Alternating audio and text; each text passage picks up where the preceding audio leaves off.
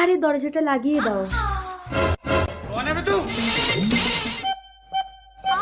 জলদি করো রকি, আমার স্বামী এসে যাবে। আমি তোমার স্বামী ননি।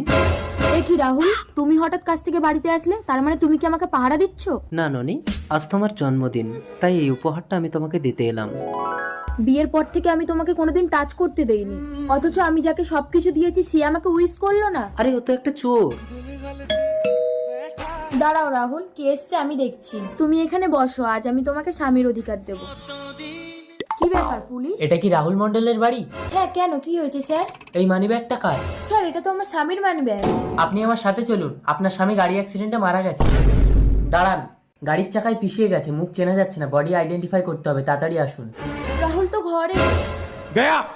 রাহুল, রাহুল, তার মানে ওটা রাহুলের আত্মা ছিল। তুমি আমাকে একবার পাপের প্রায়শ্চিত্ত করার সুযোগ দিলে না রাহুল।